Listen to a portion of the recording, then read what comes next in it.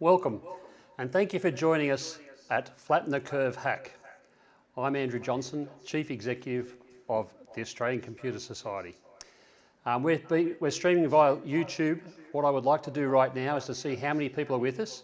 If you wouldn't mind just dialing in your postcode, and we'll have a read through and make sure that we've got a big audience ready to understand what we're going to do over the next 48 hours and how you can have some fun, but how you can make a real difference.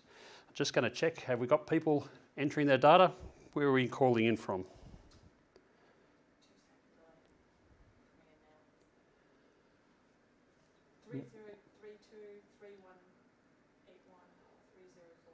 Lots of Victorians, thank you. 6,000, 7,000. WA's come online, thank you. 2,000, 4,000. New South Wales and Canberra. And what about our internationals?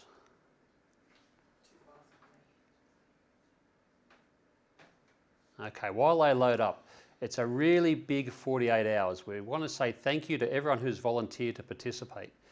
As you know, Australia's been doing pretty well in the last 10 days around flattening the curve, but this Easter period has been highlighted as one of more risk. And why is that? Because people have already been working from home for anything up to 4 weeks, and you can go a little bit stir crazy as you head into a 4-day holiday period when you spend your time back at home again. And a lot of beaches are being closed, exercise pathways are really chockers. So we wanted to create an environment where we could make some practical contributions to addressing COVID-19, but to have some fun over 48 hours for the first part of Easter. So thank you for joining us. I'm going to introduce you now to ACS President, Dr. Ian Opperman. Ian, thank you for joining us.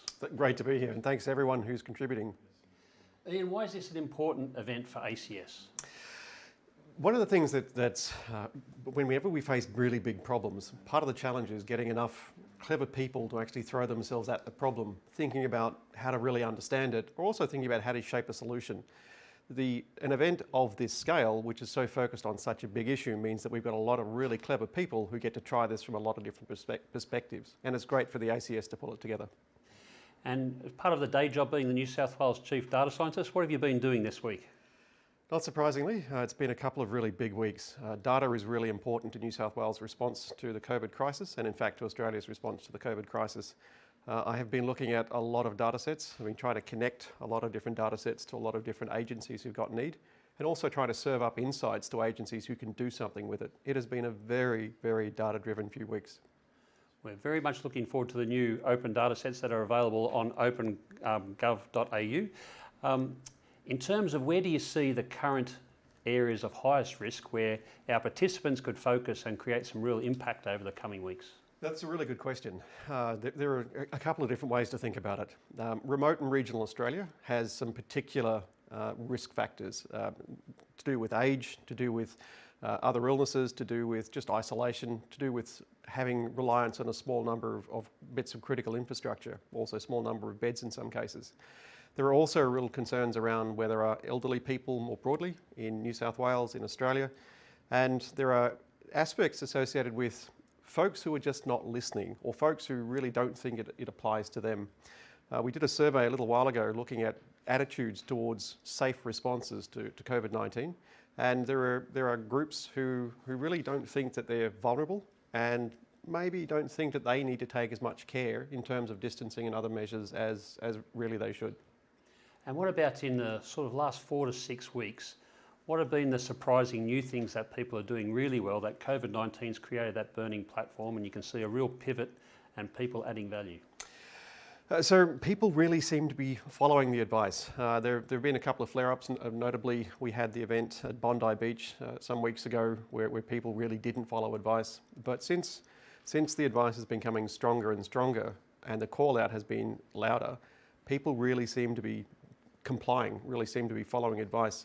The big thing is going to be Easter, of course. There's a strong temptation to meet and to greet and to be together with family. And as you said, quite a few people have already been locked up for a while, or at least self-imposed isolation for some time. So Easter really is a big moment. And part of the opportunity here is to really think through what we could do in the very short term, what we might do in the medium term. We know that Anzac Day is coming up. We have other holidays during the course of the year. And think about really what we could understand better or what insights we could turn into actions to do something to continue to flatten the curve. So that's the immediate and medium term. What do you see as a longer term that might also need to be addressed? We know already that quite a few businesses are really hurting. Today I was looking at businesses that have moved online and looked at their relative growth or decay in transactions based on that movement to online. There are certainly some businesses which will struggle more to move online. Car repairs are an example of really, it's difficult to do that online. So thinking through some of those transitional moments, living in a world where there may well be for quite some time continued levels of some sort of isolation, some sort of distancing, some sort of need to be different. Coping with that, thinking about businesses that need to operate in that world, and then thinking about people that need to survive in that new world. If we look at it from a New South Wales government perspective, how important has data been to driving this response? If it wasn't such a serious situation, I would say I'm in heaven. Data is just flowing everywhere. We still have governance. We're still talking very seriously about privacy and protecting individual privacy. But data has really been flowing. People that I've been having conversations with for a long time about moving data along are rushing to help and rushing to supply data. And similarly, in the other way, we're rushing to supply them with data. We've had, again, a lot of conversations about the trust principles that we had developed in the quieter times, around privacy and the governance and transparency. All of those things we're trying to ensure that when this is over, that we've done the right thing. But people are moving really fast to help each other, and it's just wonderful. What about a message for our technology professionals that have joined us? I think you're awesome. I think you're absolutely awesome. What a thing to do, to give up your time over Easter to work on such a big challenge and to bring data to bear on it. I think you're absolutely fantastic, each and every one of you. I think your ideas are all great. Even though I haven't heard them yet, and I look forward to seeing what comes out of it. You've mentioned that COVID-19 has been a real trigger for expediting data use. What about in terms of the economy and having certain sectors of the economy virtually closing down while the vast majority might still be open? There is that burning platform. Any tips for how business can navigate this period of difficulty? So it really is a big problem.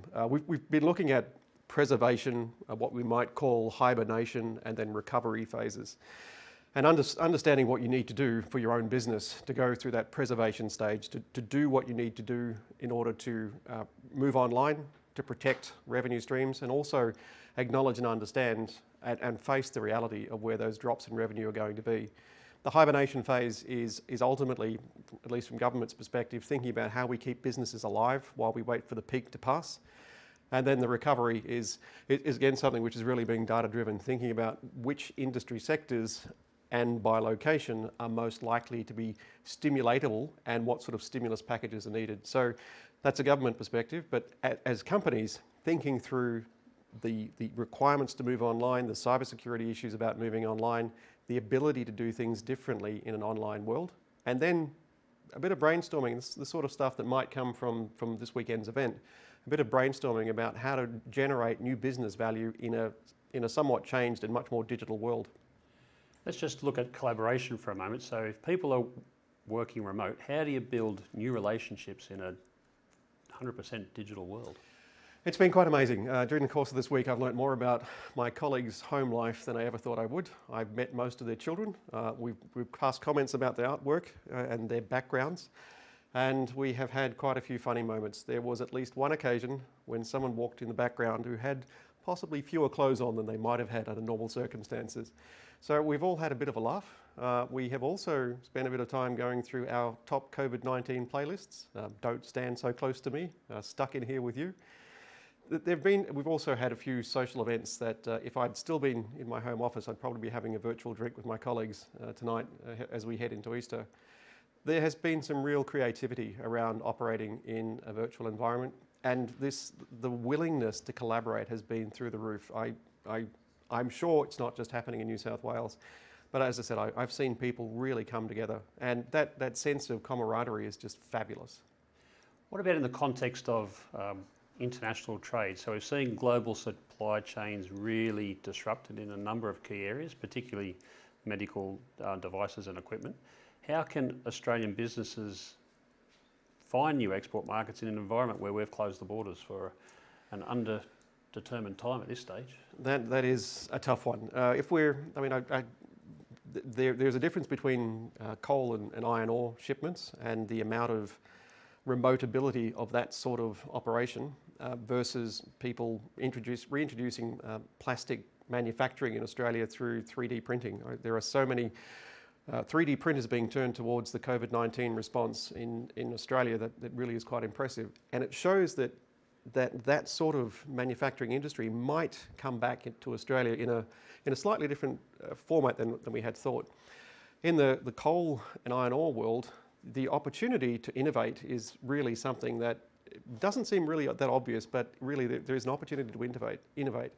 Talking to people about creating new digital ways of securing transactions, so thinking about how you'd use blockchain in a meaningful way for international exports, still doesn't take away that dependence on a small number of people to run critical infrastructure, but does actually provide the incentives to start to think through more of that digital equivalent of the physical world, the digital twin in some cases, or again, new digital technologies.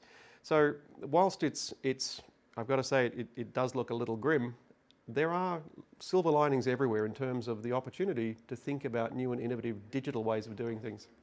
Thank you. I just want to welcome people dialing in from China, Singapore and Sri Lanka. Thank you for joining us. What about any examples that would inspire our participants of advanced manufacturing in Australia that has been repurposed, taken what they were currently doing to focus on new products or services for COVID-19 and adding value? Any examples that you could share? There have been some amazing things done where distilleries have swapped over to creating hand sanitizer. That's a bit of a shame for the gin manufacturing industry in Australia, but great for local supplies of hand sanitizer. There have been 3D printing, which has been used to print protective masks, the personal protective equipment. And there have been quite a lot of businesses who really are going through that phase right now, thinking about how we could do it digitally.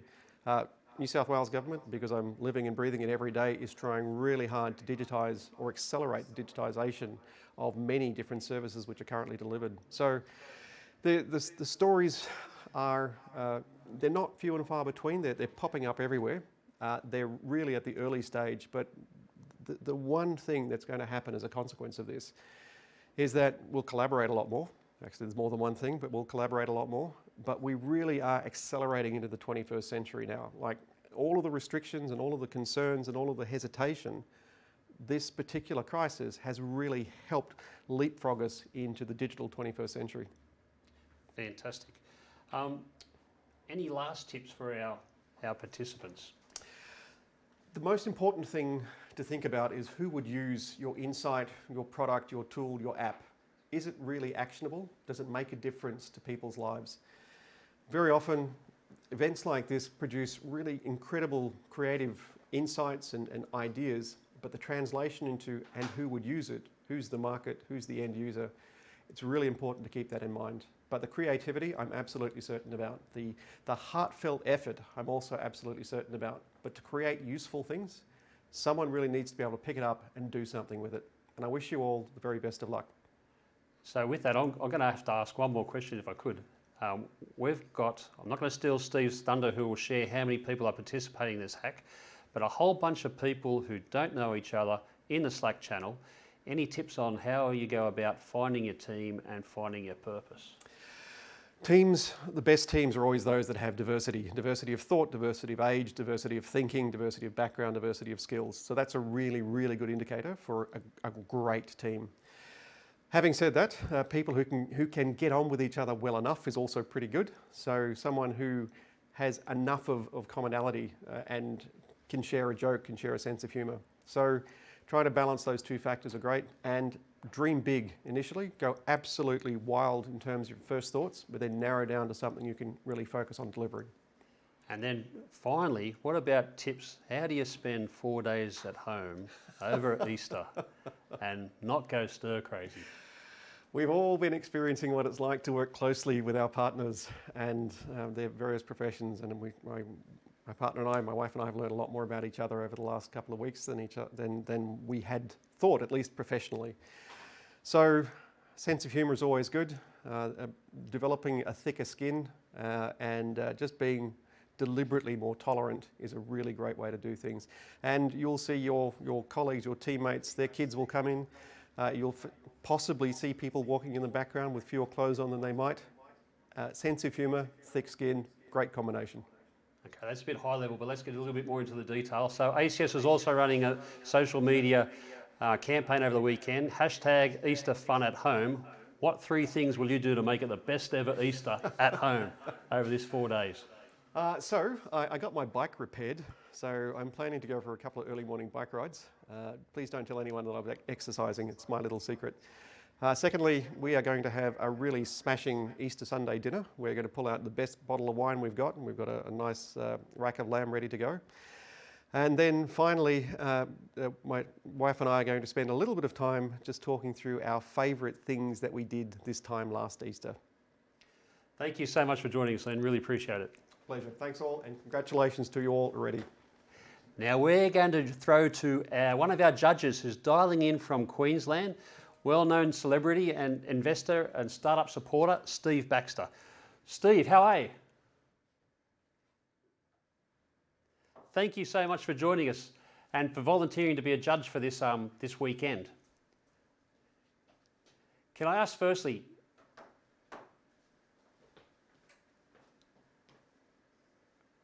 what's your observations on COVID and its effect in Queensland?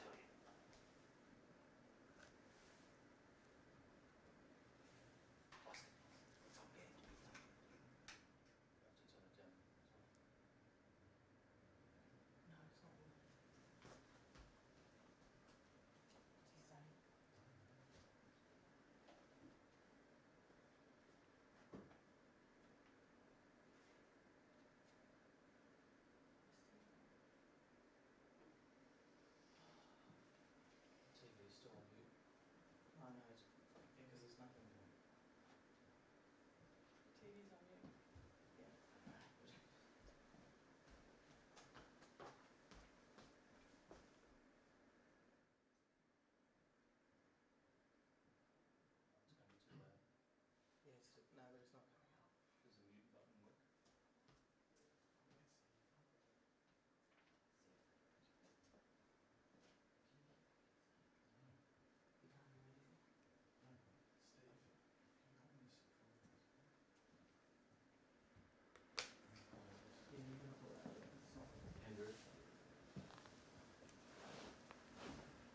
So we're just having a little bit of an audio challenge there with Steve. We're just going to fix that for a moment. So we've got Steve Nuri, who's heading the hackathon for us, taking the chair. Time to make the announcement, Steve. How many participants have we had register for this next 48 hours? Thank you, Andrew. We have right now 2,400 participants and 300 mentors in the platform. Fantastic. So talk our participants through the process from here tonight. After we finish this session, what happens next? So first of all, everything is announced through the Slack. It's easy to find. I'm going to just quickly talk about the schedule and the milestones. The most important thing for our participants to network, find people that are enthusiastic about the same challenges, and form a team. So by tomorrow morning, 10 a.m., we would like to have all the teams sign up and form the team and find the challenges that they want to attack through the rest of the hackathon. And tomorrow, they need to just cruise through the day because 48 hours is not much.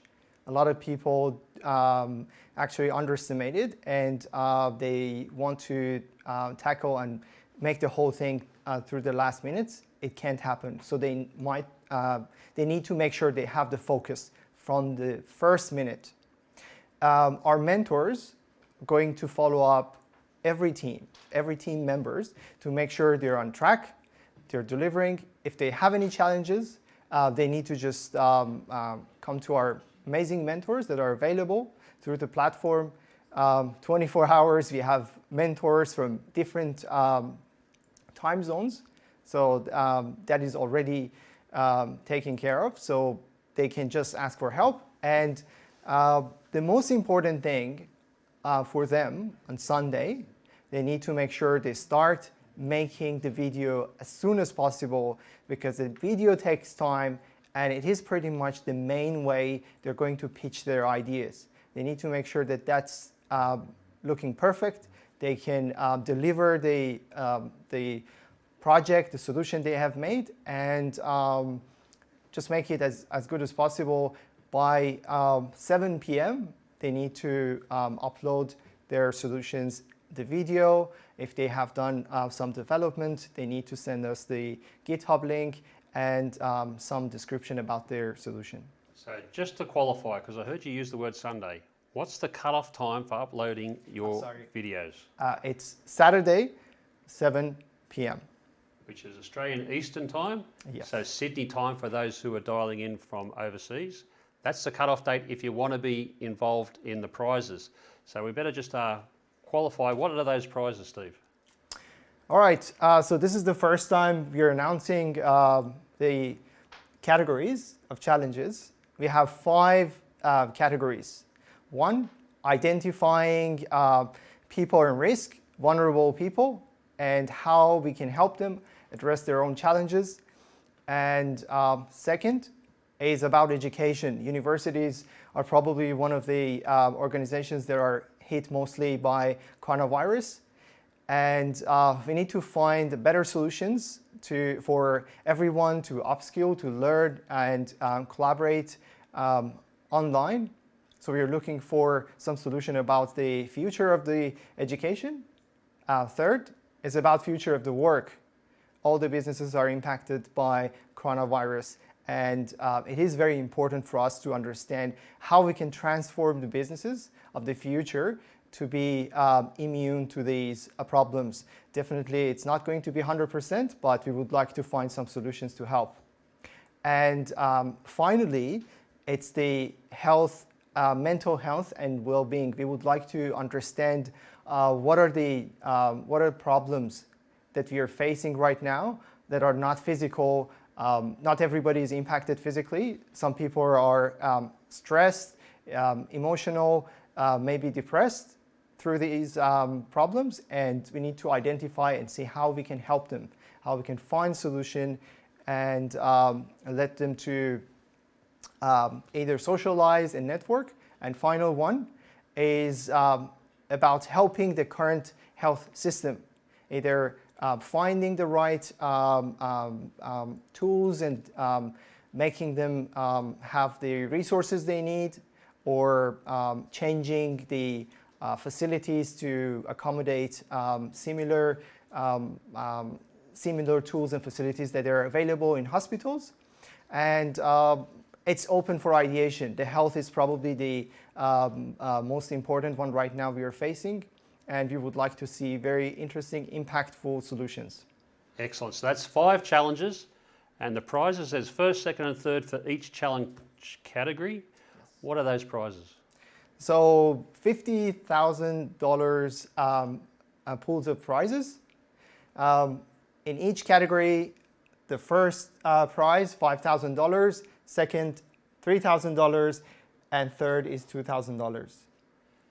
So I'm just going to spend a moment thanking all of our partners for making those prizes available. There are a lot of them, but they are all very supportive of what's happening over the next 48 hours. So we have the Cybersecurity Cooperative Research Centre, AusCyber, ANSTO, and the Nandan Deep Tech Accelerator, Engineers Australia, Slack, IBM, AMD, GHD Digital, Synergy, Standards Australia, Diversis, NEC, KJR, Isobar, Capgemini, Factory Design in Melbourne, Coder Academy, Edith Cowan University, Hydro Tasmania, South Australia Power Networks, Fujitsu, Charles Darwin University, CanStar UTS, H2O AI, Servian, Protivity, Unisuper, Melbourne Water, Bupa, CyberCX, Pendula, and Microfocus.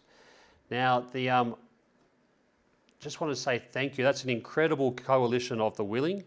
That's where the prize pool's coming from, but there's also a lot of energy within the teams of these organisations. So a lot of corporate teams participating, a lot of university students participating. We've got a really great diverse group, and we're going to build some fantastic solutions. So now that we know what the challenges are, Steve, for those who have yet to secure their team, what should they do next? It is very important right now to use the Slack channels that we provide. So we have channels for teams that they need to find specific skills, and we have channels for people who have specific skills but looking for teams. So they need to announce themselves. It's not a time to stay alone. They need to collaborate. They need to find a team as soon as possible. So get involved, announce their skills, and get in touch with our amazing mentors. They will help them to find their teams. So 2,300 people, that's a lot. So you really got to scramble, pick the one that you're most passionate about, and reach out to people proactively. Yes, that's very important. We have seen that already pretty much 50% of them, they have their own teams. They already know some people, which is great. Some of them started very early finding and forming the team, even some ideas about how to tackle the challenges, which is very proactive. And we love all these hackers that are super active. They're very vocal. And the rest, I think it's the best for them. Through tonight, they find their teams, because from tomorrow, it is very important to start tackling the challenges. There is no time. So what's the key to a successful team? As Ian just said, diversity is very important. I've been involved with many hackathons, and the most important key aspect to win a hackathon is to have a diverse team that have different ideas and different skill set. Because you never know what interesting idea will come around, and you need to be prepared to address and deliver. So you need to have designers, developers, business people, and also people with no background in tech. They're all welcomed. And the second most important thing is about timing. If they want to be very successful, the timing is super crucial. Everybody needs to make sure they're available. They communicate very well through the social media and through the Slack. It is very easy for them to dial in and have stand-ups in the morning and some milestones to make sure that everybody is on track. Also, mentors will be following all the tracks and make sure that nobody's falling behind.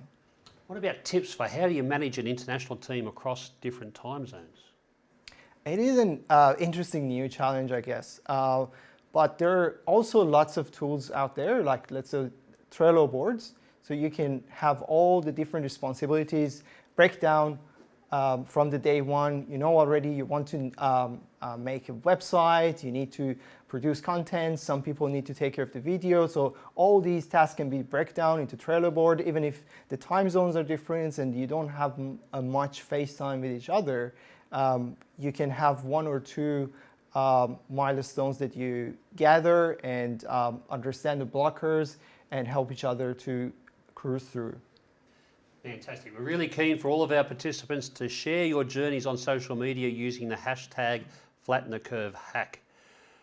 Once you've done 48 hours and you start to get a bit tired and you're running out of time, how do you upload your submissions before 7 o'clock on Saturday night? And are there any risks around whole bunches of people uploading at the same time? What's the strategy in place to be able to handle literally hundreds of submissions at the same time? So it is very important for them to start as early as possible submitting their final solutions. They don't need to wait until the last second. Although we are using the best text at the moment, we are using YouTube and Google Suite, so you have the best text that probably will handle many people, and we are not very worried about the number of participants. It's better to start the submissions around 4-5 p.m. and cruise through the rest of hours. just in case if something went wrong, but also we assure them that we have our organizers and mentors ready. If there is any problem, just let us know immediately. We will handle that. Thank you. I'm just going to ask Steve, just to hold there, are we able to flick back to Steve Baxter? Because I know that he had a time to cut off. So we're going to throw back to Steve. Please stay here, Steve Nouri. Steve, sorry for keeping you waiting. How are you? Good, Andrew. Is this working now? Or? Hello? Okay, I think I can't hear, but I reckon I can ask you the questions. So, tell us a little bit about 1013, your new venture. Oh, yeah, so 1013. So it's an aligned syndicate investment platform where we basically investors get the chance to invest alongside my family's money. We invest in about 10 startups per year. Early stage, sort of seed phase, Series A startups, network software related sort of stuff ACS does. We call it deal by deal VC. And please get back to me. It's a long explanation. It's a tough product. I'd love to talk to you about it, but probably not for tonight in a very succinct explanation. What about tips for business? How do you survive in a pandemic situation where the economy has really been turned on its head? Yeah, there's no friendly advice here, Andrew. To be honest, it's preserve cash and cut staff. It's terrible. It costs. We're an IT business. Most of our costs are staff. It's actually terrible. I don't like it. I love tech startups because they're all people. But in a downturn, the way you control costs is with staff. So you preserve cash, you do some great scenario planning to understand where you might be when, and you take appropriate action. You talk, you communicate like crazy. You take all the free advice, you grab all the free government cash if you need it, and get through this. You have to be alive at the end. That's all that counts. So you get pitched all the time. I think it's last I heard was about 900 companies you'd see a year. What about tips for our teams? What will you be looking for as a judge, and what do people need to do in order to be successful? Well, I'm actually keen to see what's going to survive. So there's a reaction to COVID. I'm actually keen to see what's going to survive post that. So because there's the one thing that's come through here quite clearly to me is there's a change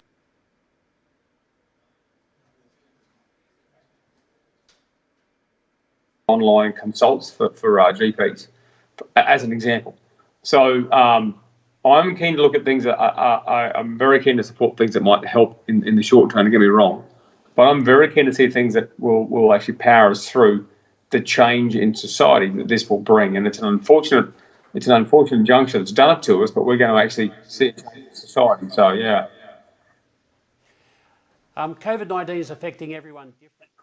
What are your observations about where, if teams focused, they could offer the greatest impact? So we've got 5 challenge areas, but where do you see real pain points in society and the economy? Oh dear. Look, but generally, I'm a small government sort of person, so I think that and so that would bias my answer. So the biggest gains I see right now is straightening out the inefficiencies we had pre-COVID with respect to GPs and pharmacies. So if we can do something there, let's get people away from the high concentrations of disease being GPs and pharmacies, which are also high concentrations of inefficient business. So there's a lot to be done there. There really is, and there'll be some amazing stuff coming out of that. Aside from the short term, really good stuff about. I'm supporting a bloke here in Brisbane right now who's building ventilators for $500 cost, literally $500 cost, and he's trying to get TGA approval. And the man's a bit of a inventor genius. So there's some short term stuff, and I get that, but I am keen to finish answering the question for medium and long term stuff. What about any observations of companies that are doing well despite the challenges being provided by COVID-19? We've certainly heard that to take away food supplies, drivers, deliveries are ramping up. We've seen our retailers, Woolworths and Coles, just being inundated with supply requests. But other companies, perhaps in the tech sphere, that have been able to withstand the early challenges around COVID-19 and finding gaps in the market where they can add value. Well, I'm not sure about gaps, but definitely. So in our portfolio, we have 35 companies in our portfolio, hopefully 36 if they accept the term sheet today. We've had a pretty good day. If you're online and you have a business that doesn't need face-to-face out of the house stuff, then you're doing really well. We've got 5 or 6 of those out of those that are doing really, really, really smashingly well, embarrassingly well. So I'm not going to name them because it'll be embarrassing. And the other 30 doing badly. Literally terms like cockroach mode, how to reduce cash burn, how do you renegotiate leases, what does safe harbour, what insolvency change, what does that sort of turnaround sort of system looks like? So for the most part, most are doing bad, and there are some absolute standouts, but the standouts shouldn't gloat because I think it's quite temporary, to be honest. We're all going to feel this. What about a question I've asked both Ian and Steve Nuri? What makes a good team? And we've got about 50% of our participants yet to find their team. Any tips on how to get a team that'll be likely to succeed? So you got, was it 2,400 responses, Andrew? Is that right? 50% are already setting their teams on the Slack channel, but there's still 50% to go, and 10 o'clock tomorrow morning is coming around very fast. Well, I think I was stoked when we had 120 people turn up to a startup weekend in Brisbane. So 2,400 seems to be a bit mind-boggling, to be honest. I don't know how you organise in respect to those numbers, but in general, I'll talk about teams in general. Teams are important. And what I will say is don't underestimate the opportunity that these hackathons give you. And I'll give you an example from the first startup weekend that River City Labs, now owned by the fantastic ACS, did. We did the back in, I want to say it's 15 or 16, 13 or 14, I can't recall now. We had 4 companies come out of that. Cohort Pay, we had Tanda, we had an instant message app, I can't recall, who ended up getting like $5 million for Murdoch, and one other who really escaped. We had 4 companies, 2 are on the path to unicorn for one startup weekend. A bunch of people got together in one startup weekend and went, okay, it was Arcos Labs. It was a fund capture, Arcos Labs. They've just taken like a $30 million round from US VPs to Microsoft. So, good things happens out of this. This feels good to do, but good things will come. So, whilst that weekend there's a lot of low-hanging fruit, don't underestimate the opportunity that being connected to 2,400 like-minded people are going to bring. So embrace it, get into it, and do some good. Thank you. Just before we say goodbye to Steve, I wanted to share, Steve said good things will happen, and one's just come through from Antler. The winners of the ACS Flatten the Curve Hack also have the chance to earn a place in Antler's Startup Generator program. The early stage VC firm will assess winners and have the option to offer up to 2 teams the chance to participate in its June cohort, and if successful in the program, could go on to raise $100,000 in pre-seed funding. So Steve, thank you so much for joining us. Plenty of people making offers. It's a great sized community at 2,400, and can't wait to see what the submissions are looking like on Sunday, and then for you to run your expert eye over and find where the best of the best are. Thanks for joining us. Thanks, Andrew. Thanks to ACS and all the team there. You're doing a fantastic job. Thanks, mate. We'll come back to Steve Nuri. The questions have been coming in thick and fast on YouTube. Chiza Gurung, we have a team of 7. Where can we register our team, and where can we submit the report? So the team will register tomorrow 10 a.m. We will send them the links. The links will be available tonight.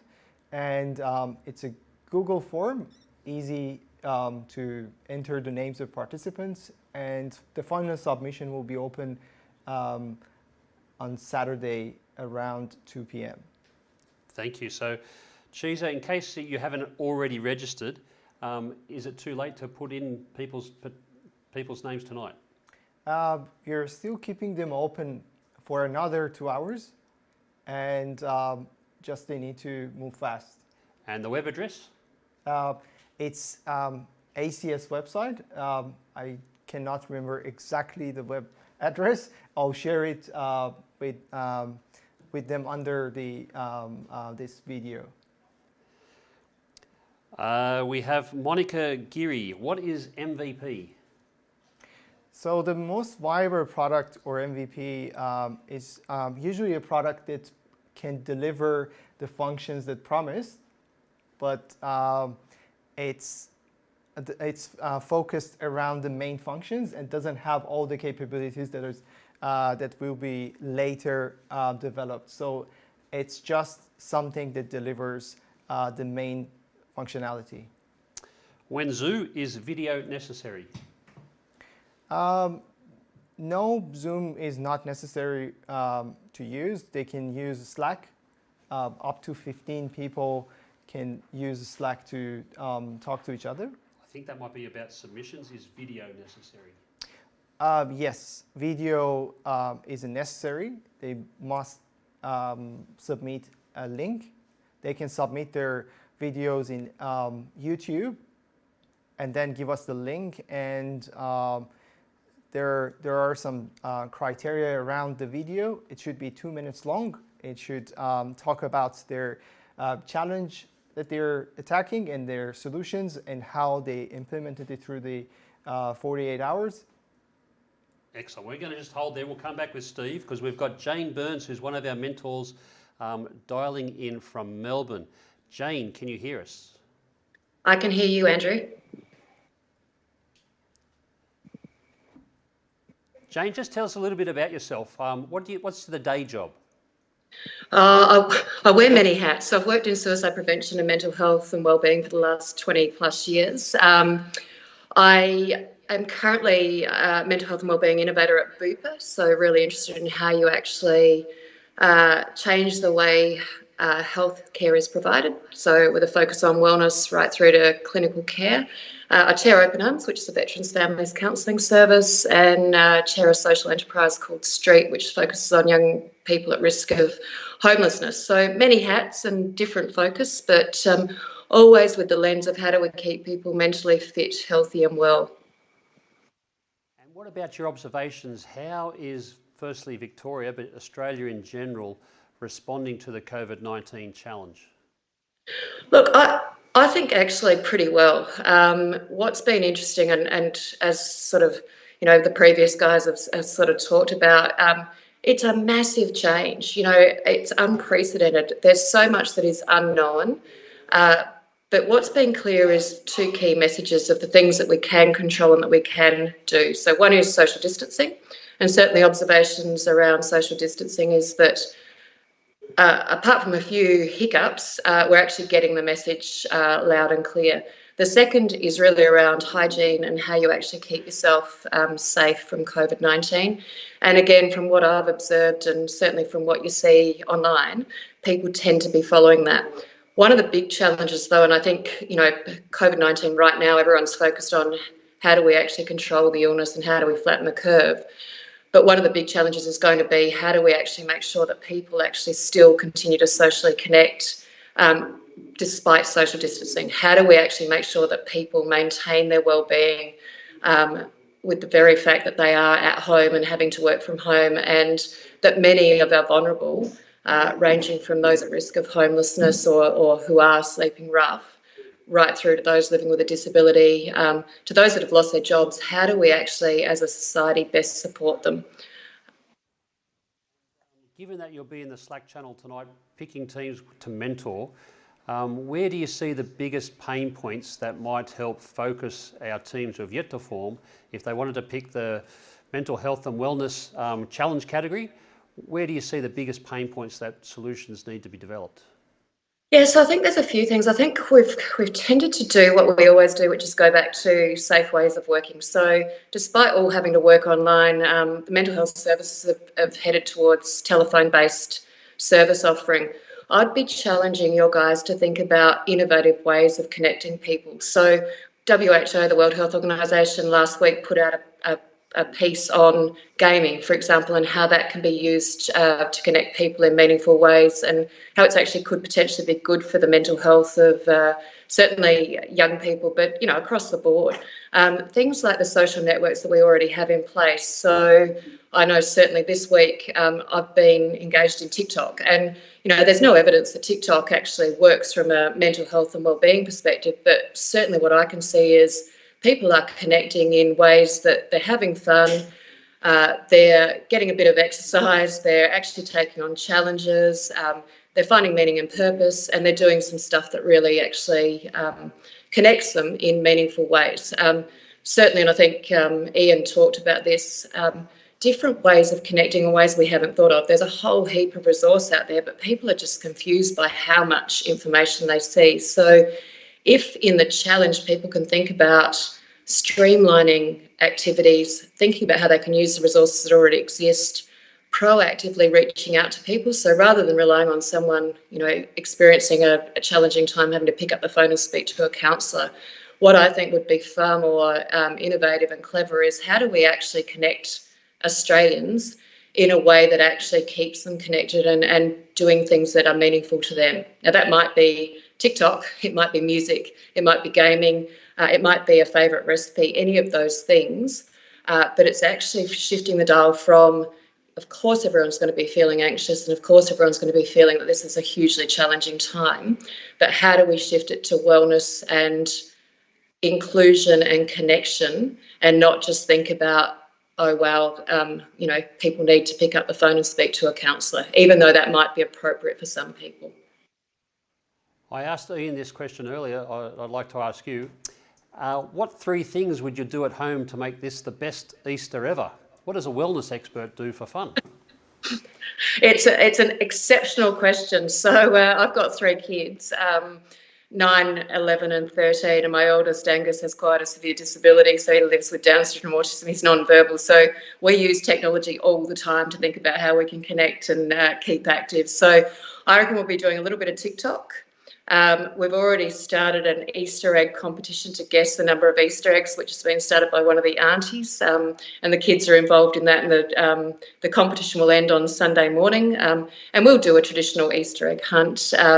My kids love doing all of that, and probably share photos and speak to grandma on Facebook, which we've been doing with both sets of grandparents. So again, I think thinking about outside of the square and how do you actually connect and stay connected to your family, your friends, and you can't get out into your community, but you can certainly engage with your community in the online environment. And what about, as a mentor, any tips on the perfect or most ideal sized team, and how would you intend to support the team over a 48-hour period so they can start to plan when to communicate, when to reach out to mentors, and to be efficient over what's a really short time frame in order to get working prototypes up? Yeah, so I think it's been touched on before, but I think diversity of thinking is really important in this space. Do a bit of homework, so spend your time checking out what already exists, because the last thing I suppose anyone wants to see is a replication of already existing tools, resources, online platforms, mobile apps, any of that sort of stuff. When you've got an idea that you feel comfortable with, start to test it. And I think, again, this is all about connecting communities and having fun. So bring a sense of humour and a whole sense of think outside of the box and think bigger than a traditional way in which mental health services are traditionally sort of supplied. We've got a whole opportunity to really reshape the sense of how mental health is important to everyone. It's not just about being unwell and seeking support. It's actually about keeping people mentally healthy and well.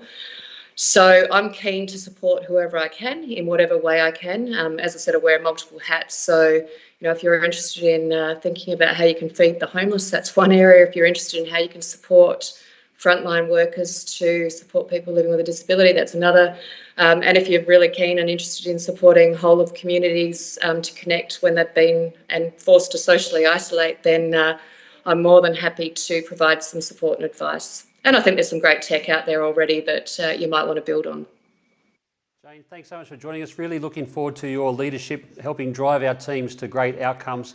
Thanks once again, and look forward to your feedback on how they go over the next 48 hours. Yeah, and thanks, Andrew, and great initiative, and really, really pleased to be a part of it. Fantastic. Thank you. All right, folks, we've got 10 minutes left to get through as many questions as we can. So, Steve, fire away, short and sharp. Bino Fernandez. Max, how many people in a team, please? 8 is the maximum number. It's very difficult to have no more than that. Minimum is 2. Ben's a bit worried. Is the submission system scalable? Well, we know that you're using your own ones to send us a link, so that should work fine. Yes. Next question. Rita, will the challenge start tomorrow morning at 10 a.m? What happens if you haven't got your team by 10 a.m? So if you don't have the team by 10 a.m., just reach out to our amazing mentors and make sure you're very, very proactive on different Slack channels. You definitely will find a team, or we will find you a really great team. Now, I know you said teams a minimum of 2, but Callum's asking, just to clarify, there's no scope to complete this as a single participant. Hackathons are there for collaboration, and we would like to encourage more of that. So please make sure you find another person that shares the same passion for the challenge, and 2 is the minimum. Thank you. Devi Carl, for making video, all team members must be presenting the idea, or can one do it on the team's behalf? Can even one person do the whole thing? We would like to see as much as possible all the team members, but if you're happy with one person doing the whole presentation, that's totally fine. Brian Von Konsky, who's a member of our branch executive committee in WA, thank you Brian, is asking, is there a suggested team size? 8's the maximum, 2 the minimum. Is there a recommended? I would say 5. Most of the hackathons I participated, I had around 5 team members, and that works very well. So just so you know, you're not steering our participants wrong, how many hackathons have you been involved with? 12. And how many have you won? I won 8 with my teams. 8 out of 12, that's incredible. NV, so this is a software or hardware task? For now, most of them are software, but we don't limit to either software or hardware. The challenges are around the applications rather than how you want to address the problems. Is there a place where I can find the challenges? Is there a document? We literally just announced the challenges.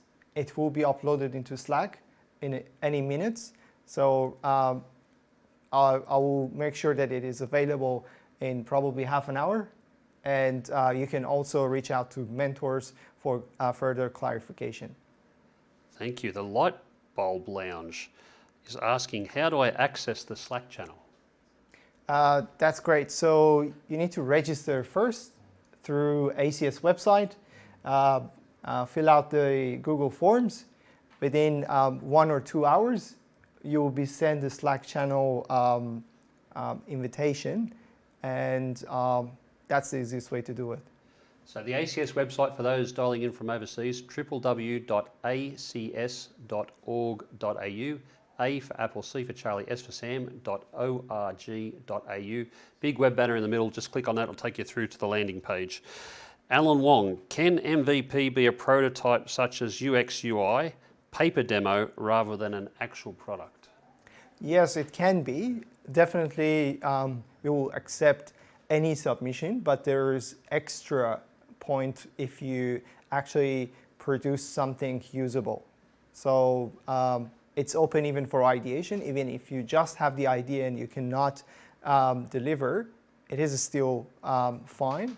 But we encourage you to deliver as much as possible through the 48 hours. Now, as people log in and can get a little bit hard and a bit worrisome when you get to 10 o'clock tomorrow morning, you haven't picked your team, just explain to our audience why this is important and why they should stay motivated and make sure they see this through to the end. So first of all, the hackathon is around a great cause. We're going to find solution around coronavirus problem that impacted all of us in Australia and the whole world. And secondly, hackathon is the best initiative for people to network, learn from each other, find some interesting solution that might even further become a startup idea or something that they want to later tackle as a greater project. So there are lots of good outcomes out of such a platform. And what is better than getting a prize? So there are also some prizes to win. The Serge asks, do the teams pick the mentors or is it the other way around? It can work both ways. Right now, we're trying to first find the teams and then assign mentors to each team. So we have a lot of mentors. The good news is we have enough mentors to have one mentor per team. And also we have mentor leads. If you don't have a mentor assigned to you, make sure you reach out to mentor leads and mentors. But also mentors are looking for teams and we will actively assign them. And what about for our mentors who are dialing in? What's a recommended number of teams to be looking after? That must max out at some stage. It's only 48 hours. What would you recommend? So the good news is we had a lot of mentors, and right now we're planning to have 2 teams per mentor, and it will be around 10 to 12 people per mentor. And also we have mentor leads organizing and coordinating 10 to 15 mentors. So we make sure everybody is kind of working with around 10 to 15 people, which is kind of manageable based on 48 hours. Devi asks, when will officially mentors be assigned to teams?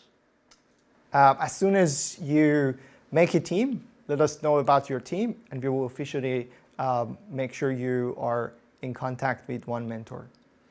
And once teams, this is from Quan Lee, once teams have completed their submissions, ready to upload and send through, where do you send the event report through to? So I think they're professional year students. They need to send it to ACS. We have mentors that are taking care of the professional year. Please get in touch with them.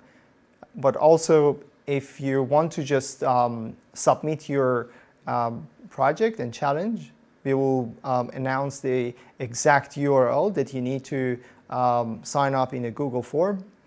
And it will be only the links. So you will only need to send us the links to your GitHub account and to your YouTube video and a little bit of description. That will be good enough. And final question from Envy, is there a minimum age requirement and do you have to be an ACS member to participate? There is no minimum age requirement, and we have participants from different ages, different countries, and you don't even need to be ACS member to be part of this amazing community. Thank you. So we've now finished our live stream session. If people have additional questions, where should they go to for help? The easiest way, we have channels, 2 channels, Ask Mentors, Ask Organizers. Just make sure if you have any question, reach out to either of these channels, and we have 24 hours people available to answer your questions. So that takes us to the end of this afternoon session. We just wanted to say thank you. We've been really blown away by the response, and it's an indication of people really wanting to make a difference. We are all in this together. It's been said a lot, but the virus affects all of us, and if we can help crush it and get the numbers down really low, then our way of life will be far better. So thank you for putting your hand up. Thank you for participating. It's really important. 48 hours is not a lot of time. Don't be afraid with what you have at the end. Put it up. Good ideas start from somewhere. And once we get those ideas and start to share them around on social media, it'll start to create other ideas. Please share your journeys on hashtag Flatten the Curve Hack. Thank you once again, and look forward to seeing the results come Tuesday night. Thank you.